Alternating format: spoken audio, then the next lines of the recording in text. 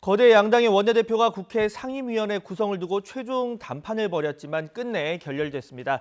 통합당이 상임위원장직을 하나도 맡지 않겠다 이렇게 선언하면서 민주당이 18개 상임위 모두 가져갈 예정인데요. 박병석 국회의장은 오후에 본회의를 열고 예정대로 원구성을 마무리 짓겠다는 계획입니다. 국회 취재기자 연결합니다. 송재인 기자.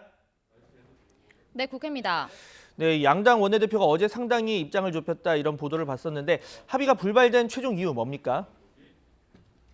네, 가장 큰 이유는 역시 쟁점 상임위인 법제사법위원회 위원장직을 두고 이견을 좁히지 못한 탓입니다. 어제 양당 원내대표는 21대 국회 임기를 전반기와 후반기로 나눠 후반기 법사위원장직을 2022년 대선에서 승리한 집권당이 만든 방안을 논의했습니다. 상반기 법사위원장직을 이미 차지한 민주당이 11대 7 배분과 함께 협상 대안으로 내놓은 겁니다. 이와 함께 윤미향 의원 등 여당 인사 의혹에 대한 국정조사를 추진하는 통합당 제안 사이에서 양당은 상당 부분 입장을 좁혔는데요.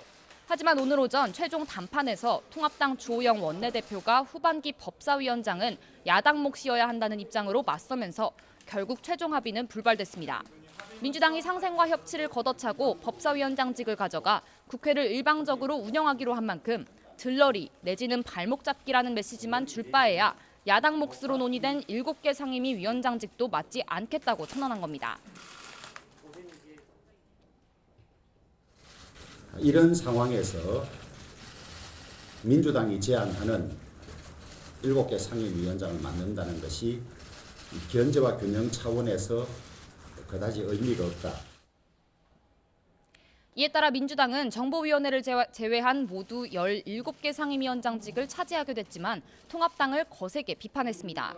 민주당 김태년 원내대표는 그동안 할 수 있는 최대한의 양보를 했고 어제 회동에서 의미 있는 진전을 이뤘지만 통합당이 끝내 거부했다고 꼬집었습니다. 21대 국회를 좌초시키고 민생의 어려움을 초래한 모든 책임이 통합당에 있다며 비판 수위를 높였습니다.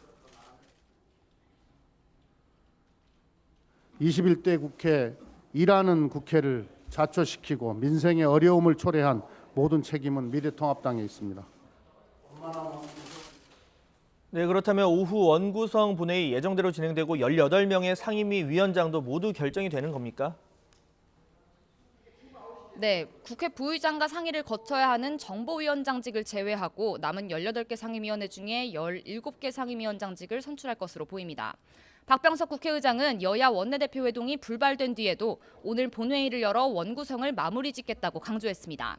이번 주 토요일인 4일까지, 그러니까 이번 6월 임시국회 회기 안에 3차 추경안을 반드시 처리하겠다고 여러 차례 공언했는데요. 시간이 촉박한 만큼 오늘 오후 2시 본회의에서 상임위원장을 뽑은 뒤 정세균 총리가 3차 추경안을 설명하는 시정연설을 진행할 전망입니다. 이대로 민주당이 상임위원장직을 모두 가져가더라도 박 의장은 통합당에 오후 6시까지 상임위원 명단을 제출해달라고 촉구했습니다. 의장이 통합당 위원들을 강제 배정할 수도 있지만 최소한의 협조를 주문한 겁니다.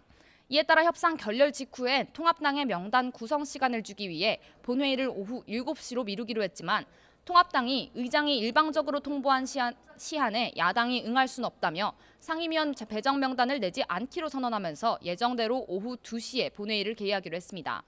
박 의장과 민주당의 뜻대로 오늘 원구성이 모두 마무리되더라도 통합당은 향후 상임위원회 활동과 공수처장 후보 추천 과정에서 여당 견제에 더욱 열을 올릴 것으로 보입니다. 지금까지 국회에서 YTN 송재인입니다.